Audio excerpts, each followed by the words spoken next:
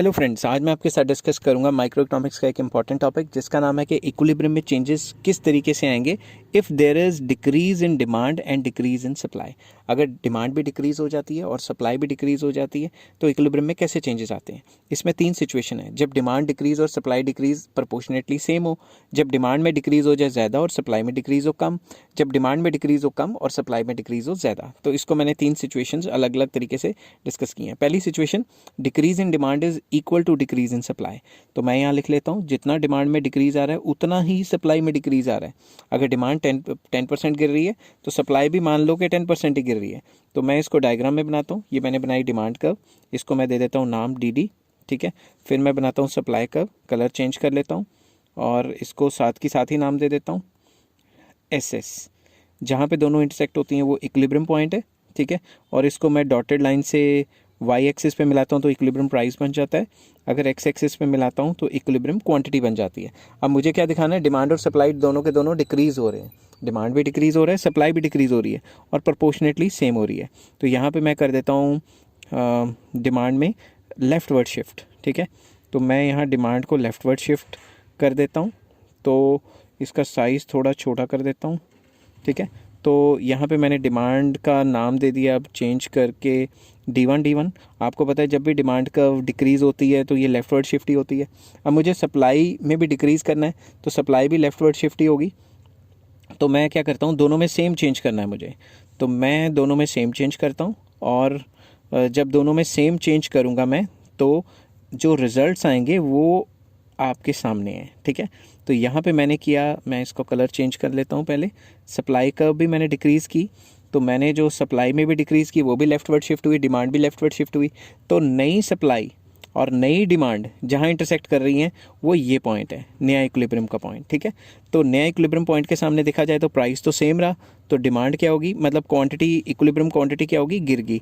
तो ये मैंने आपको पहले ही समझाया है कि जब भी डिमांड में इंक्रीज डिक्रीज जो भी चेंज आए और सप्लाई में उससे उल्टा चेंज आए या उसकी मतलब प्रोपोर्शनेट चेंज आना चाहिए, चाहे डिमांड इंक्रीज़ हो डिक्रीज़ हो या सप्लाई इंक्रीज़ हो डिक्रीज़ हो। अगर चारों सिचुएशंस में अगर सेम रेट रहता है तो या तो प्राइस सेम आएगी या क्वांटिटी सेम आएगी, तो आपको रट्टा मारने की ज़रूरत ही नहीं है, ठीक है।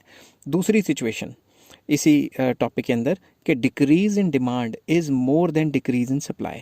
तो इसके अंदर क्या मैंने किया है, डिमांड में ज़्यादा डिक्रीज दिखाई है, सप्लाई में कम डिक्रीज दिखाई है। तो इस केस में इक्विलिब्रियम में क्या चेंजेस आएंगे वो हम डिस्कस करते हैं। तो सबसे पहले हम बनाते हैं डिमांड कर्व, ठीक है, और इसको नाम देते हैं साथ ही D is the demand curve, ठीक है। ये डी अजीब सा लिखा हुआ है, थोड़ा स्टाइलिश सा लिख देता हूँ।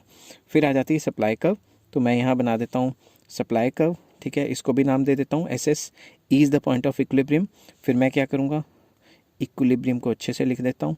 ये डॉटेड लाइन मैंने मिलाई तो ये आ गया इक्विलिब्रियम प्राइस, और यहाँ से डॉटेड लाइन मिलाई तो ये आ गई इक्विलिब्रियम क्वांटिटी, ठीक है। यहाँ तक आपको क्लियर हो गया होगा। अब हमने क्या करना है, डिमांड में डिक्रीज़ करना है, मगर जो डिक्रीज़ आएगा ना वो ज़्यादा आएगा, ठीक है। तो ध्यान से देखना इसको, डिमांड में जब भी डिक्रीज़ आता है तो डिमांड क्या होती है, लेफ्टवर्ड शिफ्ट, ठीक है। तो डिमांड में हमने क्या करना है, लेफ्टवर्ड शिफ्ट करनी है। तो डिमांड को हमने कर दिया लेफ्टवर्ड शिफ्ट D1, ठीक है। तो ये हो गया लेफ्टवर्ड शिफ्ट। तो डिमांड में डिक्रीज़ क्या दिखानी है, ज़्यादा, और सप्लाई में डिक्रीज़ दिखानी है मगर कम। तो मैं क्या करता हूँ, सप्लाई में भी डिक्रीज़ करता हूँ, ठीक है। तो यहाँ पे मैंने सप्लाई का भी बना दिया, मगर सप्लाई में जो गैप मुझे रखना है ना वो कम रखना है, ठीक है। तो सप्लाई में जो गैप मैं रख रहा हूँ वो कम रख रहा हूँ जानबूझ के, क्योंकि सप्लाई में जो डिक्रीज़ आ रहा है वो कम आ रहा है। तो यहाँ मैंने नई सप्लाई को नाम दे दिया एस। सप्लाई भी डिक्रीज़ हो रही है। अब देखो ये नई सप्लाई और नई डिमांड कहाँ पे इंटरसेक्ट हो रही है, नई सप्लाई नई डिमांड इस पॉइंट पे।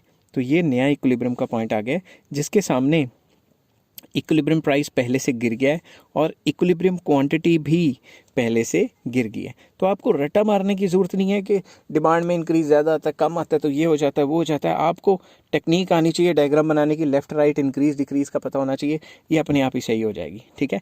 तो तीसरी सिचुएशन, मैं यहाँ ये डिलीट कर देता हूँ गोले से, ये अजीब से लगते हैं।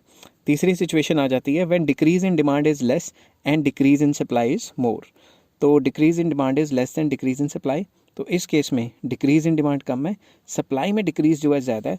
तो इस केस में इक्विलिब्रियम में क्या चेंजेस आएंगे वो हम करके बताते हैं। तो सबसे पहले डिमांड कर्व बना ली मैंने, साथ ही नाम दे देता हूँ D is the demand curve.